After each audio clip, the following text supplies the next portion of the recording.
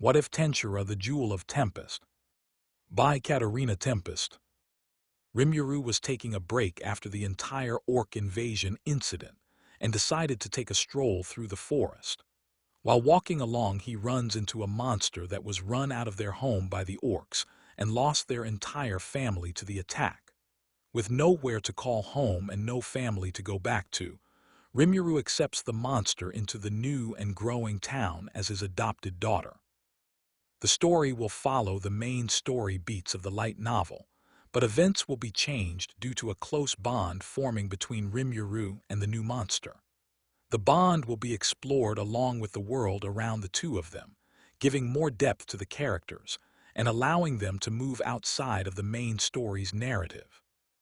Chapter 6: Unexpected Visitors. Spell check and review. Here is the spell-checked version of your story. I have corrected typos and punctuation while maintaining your original structure and POV transitions for scannability. Katarina's POV. Time really started to fly once I got into a rhythm, didn't it? Several months have already passed since I came to live here with Dad, and so much has been accomplished in such a short time. The orcs were working on construction projects and finishing them in record time. The smiths have fully outfitted our people and started to make tools for the new projects being put into place. Finally, we have managed to plant crops that will help feed everyone once they are grown. It was a surprise when an annoying lizardman showed up at the city entrance and started to act like he lived here. After sampling all the food and causing a little bit of a ruckus, Dad and I were eventually informed and taken to meet with him. The first meeting took place at the edge of town, where there were two different groups of lizard men waiting for us while being watched over by Rigurd. I was less than impressed with the boisterous attitude of the leader of the first group, as he quickly got on my nerves. Praising himself, and his followers doing the same, did the opposite of making him seem like some amazing person, and instead made it seem like his ego was so fragile he couldn't take any criticism. The second group of lizard men had a woman in charge who was much more relaxed and in control of her emotions. I could tell that she took her work seriously and wasn't one to be distracted by things such as an inflated ego or praises from subordinates. "Gabaru, what the heck are you doing here?" Dad yelled as we see them. "Ah, Lady Rimuru, how good it is to see you again," Gabaru answered cheerfully. Smack. I apologize for my brother's attitude. While he has much to learn, he has a good heart, says a female lizardman. Gabaru is the son of the lizardman chief that Dad saved from the orcs, but he didn't seem smart enough to be in a leadership position. I want to kill him because his men are being so annoying, but Dad was holding me back from acting on the impulse. Even with all the boasting and compliments his men are spouting out, Dad still sees something in them, although what is beyond me. After a short conversation, Dad chose to accept all the new arrivals into the town and named each one of them. Gabaru's sister was given the name Sauka, and then Saoi took her group off to train. I do think it's strange she requested to work under Saoi himself, but then again, it's none of my business seeing as Dad approved it.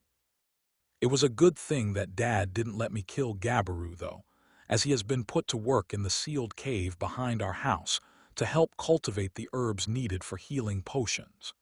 It surprises me that he can navigate the cave without getting killed by all the monsters inside of it as well. I go in there for training when I am allowed to, and the monsters inside are no joke. I have also been allowed to travel out with the hunting parties to have some fun as well. After all, training with no real-life experience isn't worth much. I was still always watched over by one of Saoi's clones while out of the city, but it was a small price to pay for the freedom I was allowed.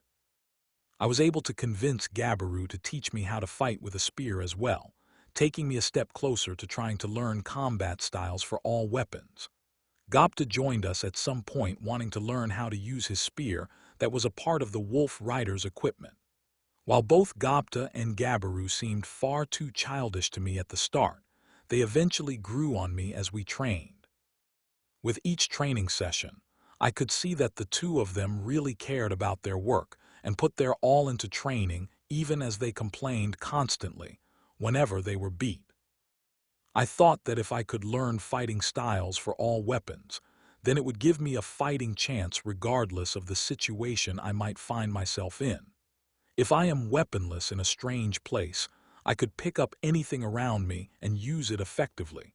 Or that was the thinking behind it anyway. 1 month later, after Gabaru showed up, I have mostly settled on dual-wielding short swords as my main weapons of choice, and have even crafted the ones I use myself.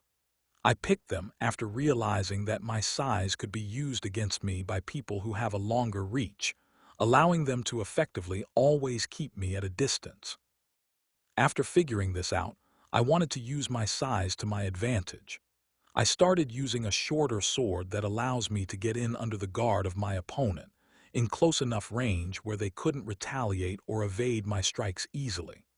The second sword I started using was focused on blocking and counterattacks, as from what I have seen, a lot of people only use one weapon here.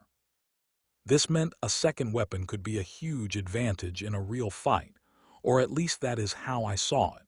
With more training and practice, I hope to figure out the advantages and disadvantages of each type of weapon. Hakiru has too much experience for a second sword to work against him, unfortunately, but he is amazing for testing out new combat styles with as he can anticipate almost everything. I have noticed he tends to be more cautious when fighting me, though, which I consider a huge win. I will just have to keep training until I can beat him fair and square, not that cheating increases my odds anyway. When fighting against Dad, there is a clear difference thanks to the skill gap between him and Hakiru, but I still haven't been able to win against either of them even once. It was becoming a point of frustration for me, but as I already knew the answer on how to succeed, there was nothing to do but continue to practice. Fufu, that is because master is the best. It's your imagination. Tusk, there is her key phrase when trying to avoid stuff again. I was in no situation to complain, though, as Dad was my current sparring partner. He keeps improving so fast that I struggle to understand how he does it. The growth during lessons isn't this much. And I didn't think he has any other free time with which to practice enough to improve so rapidly. You are keeping ahead of me in skill, even though we train the same amount, I managed to pant out. Well, I can hardly let my daughter beat me now, can I? Dad says playfully. How do you improve so much? I want to be strong like you, I say, hoping he gives me a clear answer. That is my little secret, but you are improving greatly as well with each day. Of course he won't tell me, and Great Sage won't either, as I have asked her many times before. I back off from the clashing of swords for a moment to try and catch my breath for a second, finding it unfair that Dad doesn't need to breathe and tires at an insanely slow rate. Does he even tire at all? He tends to breathe out of habit from when he was a human, but his breathing hasn't quickened at all. I couldn't help but to pout a little before I ready my stance once more. I was about to re-engage in the fight when Dad suddenly stopped and motioned for me to do so as well. What is it? Is something wrong? I questioned. It would seem we have guests, and I'm not sure if they are friend or foe. Let me come meet them with you then. I want to help defend the city if it comes to that, I state confidently. No, you will evacuate with the citizens, Dad responds firmly, leaving no room for argument. Why, yes, sir, I say, my voice noticeably quieter and filled with disappointment. I have been training for months just for something like this. Why won't Dad let me help? I am strong enough to hold my own against most of the executives already if I go all out. Hakiru and Benimaru are still out of my league, but I am slowly improving to the point where I can match against them and not be instantly defeated. I couldn't help but to feel disappointed that I couldn't join the effort to defend us if need be, but I also knew that getting everyone to safety was an important task as well. With a deep breath, I braced myself for the chaos that was about to be unleashed across the city and moved to quell any panic so that everyone would get out safely and unharmed. Frustrated, I start moving to help direct everyone into evacuating. I noticed my presence alone was enough to calm people down, and along with Hakuru, we managed to successfully get everyone to safety in a timely manner. Just as the last few stragglers walked by, I noticed that it was impossible for me to move. With a great weight pressing down on me, I started to panic a little, only for it to disappear a few moments later. Master is engaging with Gazel Dwargo, king of the dwarves. The weight was Gazel's heroic aura. With that little information, I finally gave up on following orders from Dad. I would deal with the consequences when they are brought up. Having made up my mind, I start to rush to the other side of town where the fight is happening, and when I arrive, I couldn't believe my eyes. Dad was fighting this Gazel person, alone. Everyone else was just standing there watching.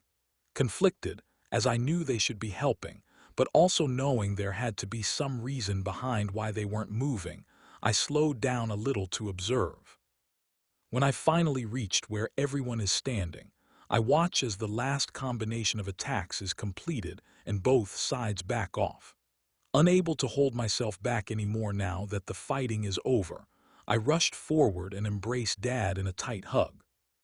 "Dad, you aren't hurt, are you? Why are you fighting?" "Dad," Gazel asked, confusion in his eyes. "It's a long story that I will explain in a little bit, and Kat, I thought I told you to wait with everyone else." Dad focuses back on me with his last words. "I was worried about you. I don't know what I would do if I lost you too." With eyes threatening to tear up, I tried to push back the surfacing memories. "There is no need to worry, and I will let you off the hook for disobeying me just this once," came the response. I felt Dad's hand brushing down my hair as I continued to hold on to him, ignoring the world around me as I pushed back the memories and calmed down once more. Eventually, Dad broke away and suggested we all head to the meeting room to talk everything out. I reluctantly agree, but not before I grab onto his hand so he doesn't run off and vanish on me. I could see the smile on Gazel's lips as I grabbed onto Dad's hand, but choose to ignore him for the time being. It wasn't any of his business what I did, and as Dad's daughter, I had every right to stay close to him. Rimuru's POV. Honestly, what am I going to do with Katarina? I told her to evacuate with everyone else because I worried about her safety. I already know that she can handle herself, but as her father, I can't just let her walk freely into a dangerous situation like this without first understanding what is going on. She is going to be quite the headache as she grows up, that much I can tell already. I had the feeling that even if the enemy was far above her in skill and strength, she would still insist on fighting alongside everyone else in an attempt to protect the city and those who live here. While that is commendable, it wouldn't do any good if she got herself killed in the process. The way she acted upon arrival did have me a little worried about her, and knowing what it is like to not know what was happening as people you care about are off doing something dangerous, I could sympathize with how she felt. I decided that it will be good to at least let her watch next time so that she won't be left in the dark, but I still have no intention of letting her join any major fights if it can be helped. With Katarina next to my side, I started to lead the way to the meeting hall where everyone could relax and talk in a more peaceful setting. Most of the knights were told to stay in the undeveloped parts of the city, while the meeting was being held, so we wouldn't have to figure out housing for them at least. I still sent an order to have food and drink brought to them, however, just as any good host would. We finally arrived at the meeting room, and I took a seat, followed by Gazel doing the same. Gazel was flanked by his advisors Dorf, Henrietta, Vaughn, and Jane standing behind him. While I didn't expect it, Katarina transformed into her cat form and curled up into my lap, seemingly happy to be present and not joining the conversation that would be taking place. The rest of the Kijin were in the room as well, starting up conversations of their own with the advisors from Gazel's side. With Benimaru talking combat tactics with Dorf, Sao talking spying with Henrietta, and Shuna talking magic with Jane, There were sure to be a few interesting conversations happening around the room. Haha, it's not every day you get to see a transformation like that. That said, I can't help but to notice that little girl isn't a slime like you. Gazel points out the obvious facts right away. No, she isn't a slime, but I adopted her after the orc invasion was dealt with regardless. Her name is KatarinaTempest, and I would appreciate if you used her name, I respond, getting a colder edge in my voice towards the end as a warning. I wasn't about to let someone disrespect my daughter, even if they did happen to be a king. Thankfully, a goblina walked in at just the right time with snacks and some of our newest wine to help mellow the tone a little. It was already decided that Gazel and the rest of his group would stay the night here in the city and head home the next day as it was already starting to get dark. With that in mind, a feast was quickly being put together to welcome our new guests so we could give a good first impression. The talks continued, and it was starting to become obvious that Gazel was planning something else while coming here, and I was curious as to what. It didn't take long for him to spill the beans as he offered an alliance between Dworgen and my own budding nation. This gave me second thoughts, but it was the best chance we would have to get on friendly terms with humans as well. Are you sure you want to formally acknowledge us? A city of monsters, I asked, more than a little skeptical. Even as I asked, I felt Katarina's claws slowly digging into my thigh. I knew she didn't mean to hurt me, but it was also clear that something was on her mind. Something wrong, Kat. He has the nerve to attack you, then request this. I guess it is too good to pass up, though. Katarina responds with a quick thought communication. Of course, and since we may perhaps see this differently, let me say this. A covenant would be of great help to us as well. This is no charity mission, Rimuru. We could both stand to benefit. Gazel tells me all this with a grin, then offers his terms dead serious. The terms were unmatched. Even if it caused some more work on our end, the rewards were more than worth it. The backing of the armed nation of Dworgen would mean a lot when it came to negotiating with the other kingdoms around us. I would be glad to take this offer, I told him as I reached out to shake his hand. With the treaty in place and Gazel sending word back home to his people about it already, I thought we were about to wrap things up for the night. Unfortunately, I was caught off guard once more. So what do you call this nation anyway? Gazel asked casually. Well, I don't think we are quite at the nation level yet. There's the alliance, but that is just a bunch of different races that accepted me as their leader, is all. I quickly tried to deflect the claim, not wanting to think of a name right now. The moment I stopped speaking, I am stabbed in the back by those closest to me.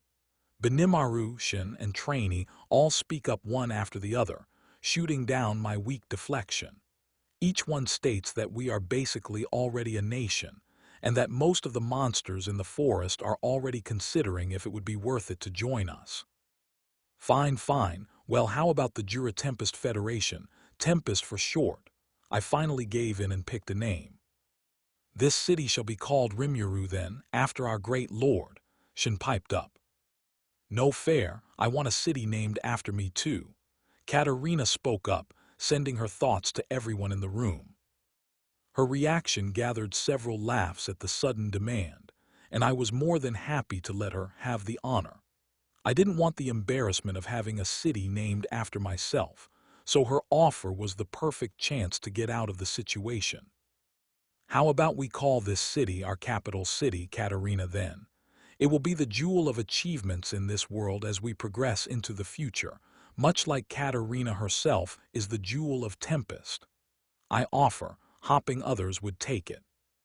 Katarina was given the title Jewel of the City by the residents as she was a bright light even in the darkest of days. By showing people she was willing to train hard with everyone else and helping those in need no matter what problem they ran into, regardless of her status as a princess, her reputation grew rapidly. The people adored Katarina and were not afraid to talk to her as if she was one of them. I was a little jealous that she got people to drop the titles with her, but I was also glad to see how much she had grown. When she first came to the town, she couldn't even carry a proper conversation, but now she could talk to everyone with ease. Yeah, the rest of the people on my side quickly agreed to the suggestion. Then it is decided. This city will be Katarina, even if it does feel weird to have my home named after my daughter, I proclaimed to everyone present. With our new nation's name filled out on the agreement, both Gazel and I signed it, making the document official. With a simple signature, a new nation was born, and a certain cat had fallen asleep on my lap as well. Taking Katarina back home, I gently set her down on the bean bag I crafted using the sand from our visit to the lake when we went swimming. She seemed to enjoy laying in it while reading, and considering the size of her cat form, it was great for sleeping in as well. There were several plushies made along with the bean bags in the hopes that Shuna and Shin would stop fighting over who got to hold me, but that plan was a failure as they still fought over me. With her sleeping soundly in her room, I moved back outside to rejoin the others. The food was prepared, and everyone seemed to be ready for a night of laughter and fun with our new allies. Well, the feast is in full swing now. I'm sure Kat will be annoyed she missed it, but it's her own fault for falling asleep like that, I said to no one in particular. It is likely she was overwhelmed with the emotions of the day, causing her to pass out once things settled down. You are probably right. Whatever the cause, I will let her sleep it off. Walking back towards the main area where the feast was being held, I took my time to admire the city. Even as night closed in around us, the streets were lively with people talking and laughing freely. The sight alone was enough to make me smile, glad that everyone around me was happy and enjoying themselves. I was worried at the start of the day, but it seems to have all worked out for the better in the end. With food and drink flowing freely, the night is slow to calm down, and it's well and truly dark once everyone finally fell asleep. I was walking back home after the celebrations and took a mental note to figure out some way to light the city up at night without having to rely on torches. While the torches worked, in a city made of wood, there was a high chance of a fire starting, and it would be hard to put out once it gained traction.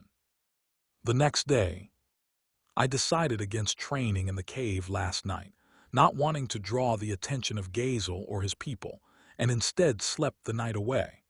While I normally wouldn't be able to sleep, Great Sage was able to solve this problem by creating a skill that mimicked sleep, much to my delight. I woke up early and made some breakfast for myself and Katarina, glad to see that she was awake and in a better mood than yesterday. We finished our now usual breakfast of eggs and toast, with the usual compliments being traded about how good it tasted, before heading outside to start our day. Gazel was ready to leave just as we arrived to say farewell. Have a safe flight back home, and maybe try not to worry your people so much in the future, I said cheekily. You are one to talk. Making your daughter worry about you is a greater sin than me coming here. Gazel responds with laughter on his lips as he looked over towards Katarina. Well, I do have a lot to learn moving forward, that much is for sure, both as a father and a ruler, I calmly stated, knowing the truth in the words that I spoke. Well then, I shall see you again soon, Rimuru. With the final farewell, Gazel took off along with the rest of his entourage back towards Dworgen. With our sudden guests now gone, we slowly started to get back into the normal routines of the day. I was hoping the peace would last for a little while before anything more unexpected happened. However, I, like always, was proven wrong very quickly. 2 days after Gazel left, I got informed he was flying this way once more. Suppressing a sigh, I started making my way once more to where he will be landing, even as I wonder what this was about. With Gazel confirmed to be friendly, I let Katarina know that he was here, if only so I don't hear from her about not inviting her later. Kat, can you hear me? Yes, Dad, I can. What's going on? She responded quickly. Gazel is here again. I'm headed to meet him if you would like to join me. I'll be there shortly. Katarina at least is excited. The moment she finished speaking, she cut off contact with me and started to run towards the location I indicated for her. While she has been working on suppressing her aura in the past couple months, she still wasn't perfect at it, and I find it easy to locate her based off the feel of it. Katarina's aura is unlike any other I have felt, being far more chaotic than others, but not in a bad way. One might assume a chaotic aura would be due to the person themselves being chaotic, but from what I have seen, it is more likely to resemble an unrefined quality of her personality. This itself was peculiar, as every other monster I had run into thus far had a stable aura even at extremely young ages, so it was a mystery as to why Katarina's was so different. Kat's soul is indeed unique. However, there isn't enough information to say why. Thanks, partner. I will just have to keep an eye on her to see how it changes. I arrived at the location just as Gazel was landing, and Katarina ran up from behind me. As Gazel dismounted, I couldn't help but notice the lack of an escort with him this time, which caused me to worry. Was it really okay for a king like him to travel on his own like this to a foreign nation? What brings you back so soon, and where is your escort? I asked, trying to keep my voice neutral. Aha, well about that. I snuck out of the castle without anyone noticing. I will have to retrain the guards when I get back for making it so easy, Gazel said, laughing heartily. As we spoke, Gazel tossed down a sack on the ground, and Katarina, being ever curious, moved to open it after arriving. The sack was moving, which had me confused for a moment, but it was just a person wiggling their way free. Vesta, I say in shock. Wait, you mean that person who tried to frame you? Katarina shouted and acted as if she was about to kick him. Calm down, Kat. That is all behind us now, right, Vesta? I quickly intervened so that no one got hurt. I quickly tried to deflect the conversation a little as Katarina was getting mad again, and I was making sure to take note about what set her off. It seemed like if someone wronged me, she wouldn't take too kindly to it. I had to wonder where she got that quality from, as it certainly wasn't from me. Sir Rimuru, I am truly sorry about what I did in Dworgen, and I ask for your forgiveness. Vesta finally spoke up after freeing himself. Kaijin ran up and greeted Gazel at this moment and questioned why he was here, which I got curious about myself. I was about to ask the reason myself again when the distractions of Vesta and Kaijin appearing distracted me. I guess my curiosity will be answered regardless without me asking again. Why, isn't it obvious? I came to give you Vesta. He has been out of work since you left Dworgen, and I am hoping that you will allow him to work here, Gazel calmly answered. After what he tried to pull on Dad, Katarina cut in. Kat, what did I say? I reprimand her with a soft but firm voice. To calm down, I'm sorry, Dad. But King Gazel, Vesta is a top researcher in Dworgen. Are you sure about giving him to us? Kaijin spoke up, making a very good point. We have a mutual technology pact. Dworgen will benefit as well from him working here, of course. Vesta, I trust you will work hard here in service to Rimuru and not cause him any trouble, Gazel said, starting to show the air of a ruler once more as he issued not a statement but a command. Thank you, my liege. I will not let you down again, Vesta answered while bowing deeply. Well, it's settled then. You can work in the cave and help produce our potions. I gave in, deciding that if he was going to work here, I needed to make good use of him. Vesta wasn't a bad person at heart, I could tell, but he was misguided while working in Dworgen as he chased power. With my acceptance of Vesta, Gazel quickly took his leave, stating that he should go back before anyone noticed that he was gone. Katarina was clearly annoyed at me for accepting another person that had wronged me, but was willing to go along with it for the time being. I thought I heard her say something about wanting to personally punish Vesta if he stepped out of line, but I was certain that it was just my imagination. With Gazel gone and a new person to get set up, I headed to the cave with Kaijin and Vesta, as Katarina took her leave once more, no doubt to go back to her own work.